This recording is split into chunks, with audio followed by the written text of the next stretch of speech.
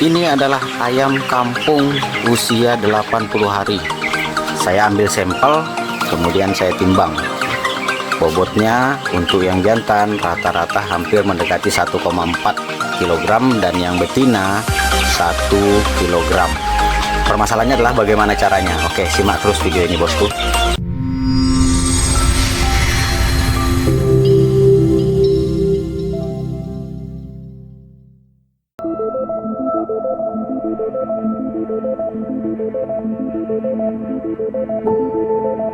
Assalamualaikum warahmatullahi wabarakatuh. Selamat pagi, salam sejahtera ya bos. Kembali lagi di channel kita Bakal Peternak. Kebetulan sore kita fumigasi pengasapan, ayam baru selesai makan, sudah beres, dan tadi baru selesai panen telur. Walaupun masih 20-30% ya produksi telur kita. Kemarin kita baru selesai melewati tahapan yang paling krusial, yaitu musim hujan, dan hasilnya banyak lalat. Tapi nggak usah khawatir, kita sudah ada penangkalnya.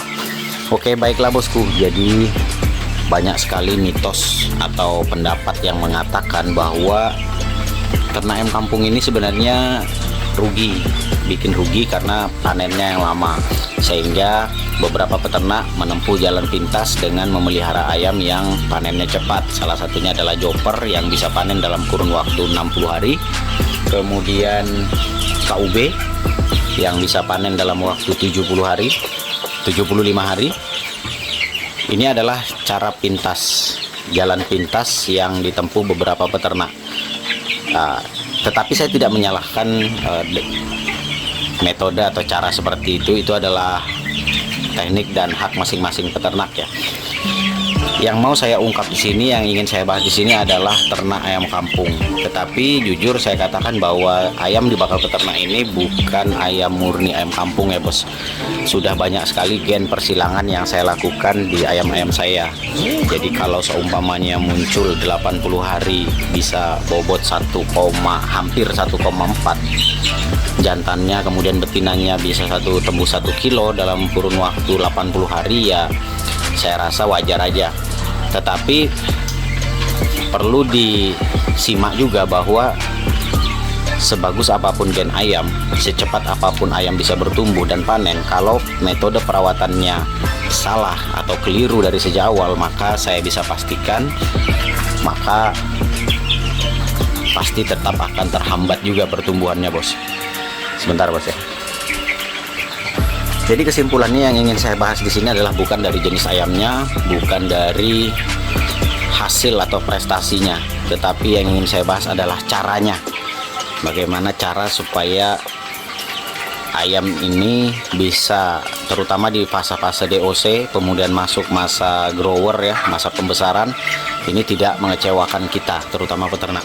Karena biasanya bos, kalau ayam kita itu lambat pertumbuhannya, bobotnya, ini pasti ada masalah yang perlu kita pertanyakan dan perlu segera kita carikan solusinya dan kita selesaikan permasalahannya. Jadi ini salah satu contoh ayam usia menjelang 2 bulan atau mungkin 2 bulan lah, saya juga lupa udah umurnya berapa ini. Dari pertumbuhan bulu, postur, alhamdulillah udah kena. Nah, untuk yang tadi ditimbang, ini yang di sini. Yang di sini.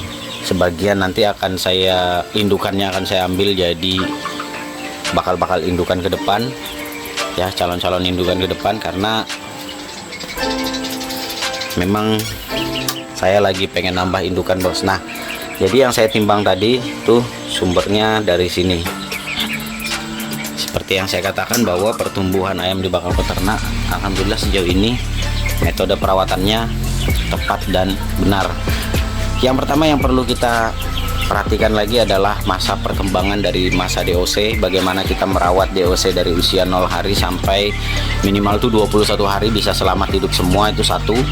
Kemudian ketika masuk fase 30 hari, bagaimana metode pemberian pakan dan lain sebagainya. Ini yang perlu juga menjadi perhatian kita peternak. Kalau kita mau ternak kita, ayam-ayam pembesaran kita ini bisa sesuai dengan harapan. Jadi terkadang kita itu hanya melihat hasilnya di ketika berumur 2 bulan, wah kenapa kok begini, padahal justru permasalahan yang perlu menjadi perhatian kita itu justru dari usia 0 hari itu bos. Dari usia 0 hari baru menetas, itu yang harus sebenarnya kuncinya di situ, karena apa, pondasi dasar awalnya itu di situ. Tapi kalau kita abaikan, kita anggap seperti biasa perawatannya, maka ya jangan salahkan ketika nanti usia 2 bulan atau menjelang 3 bulan tadi itu sudah nggak sesuai harapan. Nah, saya katakan bahwa ayam-ayam saya kalau umpamanya saya mau panen di usia 1 bulan 1,5 kilo ya, rata-rata saya jual 1415.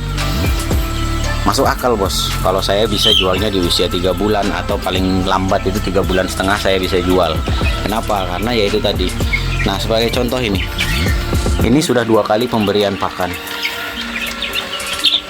dan habis ya, nafsu makannya nggak berkurang sedikit pun nggak berkurang.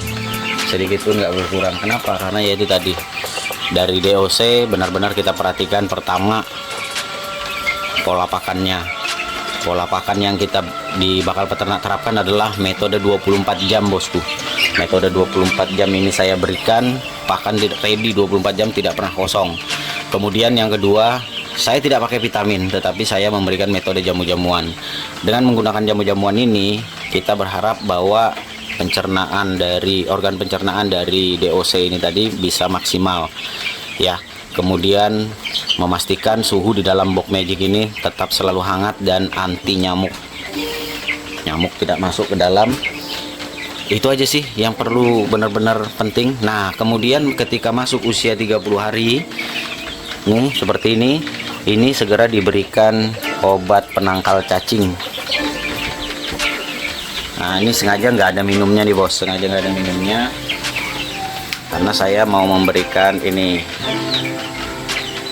ya. Kalau sampean mau mendapatkannya secara online, sampean bisa klik tanda tas di bawah ya, sampean klik aja. Di situ sudah ada saya sematkan produknya, sampean bisa klik. Kalau nanti tanya belinya di mana ya, sampean klik aja di situ. Rata-rata semua merek menurut saya semua bagus ya kalau untuk pencegah cacingan. Kenapa penting cacingan ini penting dicegah sejak dini ya, terutama usia 30 hari? Karena sebagus apapun pakannya, setelaten apapun sampai merawat, kalau pada kenyataannya dia cacingan, ini percuma bos, pasti kurus juga. Nah, kemudian ketika usia 2 bulan, nah juga perlu pemberian. Nah, ini sudah menuju pemberian kedua nih. Kalau yang ini pemberian pencegahan cacingan yang kedua, sudah masuk 2 bulan lebih dikit lah ini. Nah, makanya karena dia satu tank tempat minum, makanya ininya saya buka dulu. Ini saya pastikan dulu dia haus, baru nanti saya campurkan obat cacing, kemudian baru kita berikan. Jadi secara otomatis kalau dia haus kan dia pasti minum. Nah, kemudian juga yang ini pemberian obat cacing tapi juga dalam skala yang sedikit. Nah, ini baru usia menjelang 3 minggu. Ini berapa tingkatan usia di sini. Nah, jadi seperti itu bos. Jadi pada prinsipnya kalau ayam kita atau ayam pembesaran kita, anak-anak ayam kita ini cacingan, maka sebagus apapun pakannya pasti sulit sekali. Kemudian poin yang tidak kalah penting juga nih, yang perlu sampai perhatikan adalah ketika masuk dalam tahap usia seperti itu ya, sampai ke sini pembesaran seperti ini, perlu sampai perhatikan adalah jadwal pemberian pakan, waktunya. Jadi bukan apa yang dimakan bukan kualitas dari jenis pakannya, bukan, tapi kapan pemberiannya.